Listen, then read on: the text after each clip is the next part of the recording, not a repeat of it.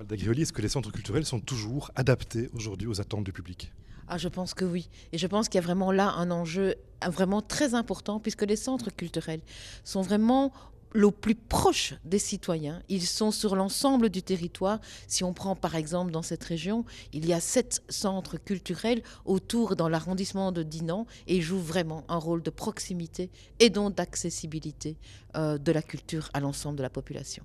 On sait qu'aujourd'hui que la situation financière n'est pas des plus roses, pourtant on continue à investir aussi dans du matériel, dans de la brique, dans des locaux, enfin c'est souvent les communes qui mettent la main à la pâte à ce niveau-là.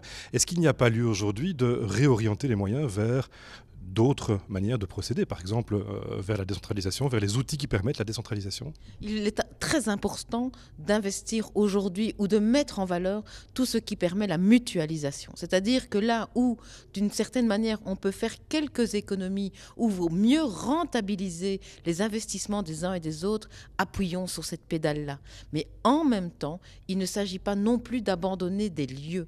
Pourquoi? Parce que ça permet aux citoyens de sortir de chez lui, de venir à la rencontre d'acteurs de la culture, que ce soit les permanents des centres culturels eux-mêmes, mais surtout les artistes qui s'y expriment. Un nouveau décret, nouvelle donne. On sait que ça va engendrer aussi peut-être des attentes nouvelles. Est-ce que les moyens vont suivre pour cette nouvelle donne des centres culturels? Alors effectivement, il y a un nouveau décret qui a été voté à la fin de la législature précédente et qui a engendré énormément d'attentes sur le terrain. La réalité, c'est que bien sûr, nous appliquons ce décret, mais que nous sommes réalistes par rapport au budget qui est le nôtre.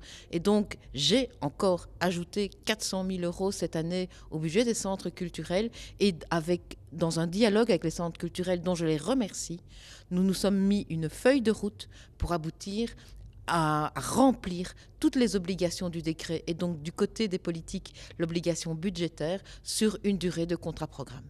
Comment concrètement est-ce qu'on tient compte de la dimension rurale? Les moyens sont, enfin les attentes, les besoins sont différents en milieu rural qu'en milieu urbain. Comment est-ce qu'on tient compte de ça?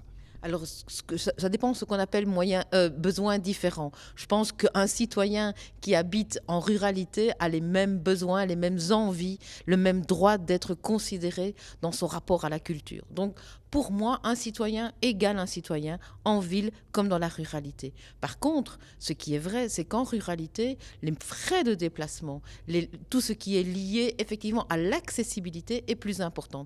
Donc, dans un projet de contrat-programme, dans un projet de budget d'un centre culturel, je comprends parfaitement que tout ce qui est en lien avec les trajets, avec les coûts de la ruralité, soit pris en compte.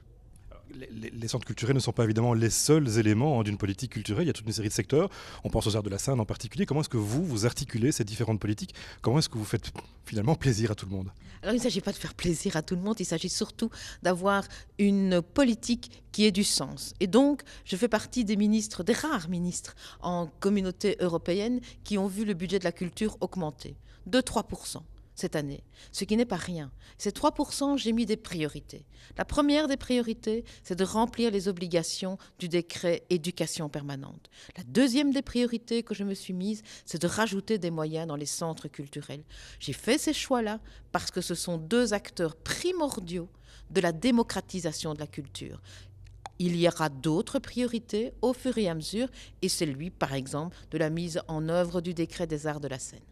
Est-ce qu'il y a encore une place aujourd'hui pour ce qu'on pourrait appeler le off, ce qui ne trouve pas finalement sa place dans les circuits traditionnels? Comment est-ce que vous envisagez cette culture-là, qui est peut-être une culture plus spontanée, moins institutionnelle? Quelle est sa place finalement dans le dispositif? Mais tout aussi importante. Et donc c'est vrai qu'il y a des lieux qui sont des lieux connus pour être des lieux de culture, mais aujourd'hui, et je pense par exemple à toute la scène de la musique non classique ou classique d'ailleurs, dans le cadre de la communauté française, il y a une vivacité, franchement une créativité auprès de toute une série de groupes de jeunes dans des expressions musicales parfois moins connues.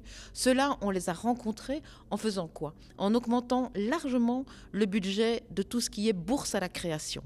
Parce qu'au travers des bourses à la création, on leur permet d'aller chercher les moyens, parfois petits moyens, c'est parfois 5 000, 10 000, 15 000 euros, mais qui leur permettent de faire le saut de la connaissance. Et pour moi, c'est aussi un enjeu. Vous avez souvent parlé du statut des artistes. Qu'est-ce que vous diriez aujourd'hui à un jeune artiste qui souhaite vivre de sa passion, de son art? Qu'est-ce que concrètement vous pouvez lui dire aujourd'hui par rapport à ça? Alors le statut des artistes, je rappelle, et ce n'est pas une manière de fuir la question, qu'il dépend du fédéral. Et donc mon collègue Sven Gatz, qui est le ministre flamand de la Culture, et moi-même avons décidé d'ensemble porter ce dossier dans une concertation avec le fédéral. Pourquoi ? Parce qu'aujourd'hui, il y a évidemment eu des avancées dans le statut de l'artiste, mais malheureusement, aujourd'hui, il existe une forme de chasse aux sorcières qui fait que les artistes doivent parfois passer plus de temps à justifier qu'ils sont des artistes que de pouvoir être des artistes. Et là, il y a vraiment quelque chose qu'il faut travailler. Nous avons besoin de nos artistes pour pouvoir avoir une relation à cette culture qui est vivante dans notre pays. Alors on sait qu'un des enjeux, notamment dans les centres culturels où le public est parfois un peu vieillissant, c'est le renouvellement des publics. Qu'est-ce que vous faites par rapport à ça? Qu'est-ce que vous tentez d'engager comme dispositif ou comme moyen? Alors en fait, vous dites que les spectateurs ou en tout cas les participants sont parfois un peu vieillissants au centre culturel. Je n'irai pas aussi loin parce que dans la dynamique des centres culturels, par exemple avec le réseau Plasma, qui est le réseau des scènes alternatives pour de jeunes groupes, etc., il y a aussi une vraie vivacité.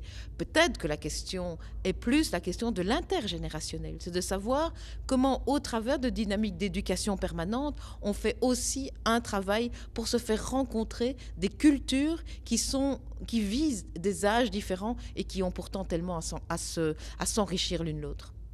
C'est la période des vœux, hein, on peut encore en formuler pour l'instant. C'est quoi votre vœu pour l'année qui vient, mais peut-être aussi pour les années qui viennent dans le domaine culturel? En fait, le vœu que j'ai aujourd'hui, il est vraiment quelque chose d'aussi fort et quelque chose qui porte ce que j'ai envie de mener pendant que je serai ministre de la Culture. J'ai envie que chaque citoyen sache qu'il a le droit au rapport au beau et donc au rapport à sa propre culture.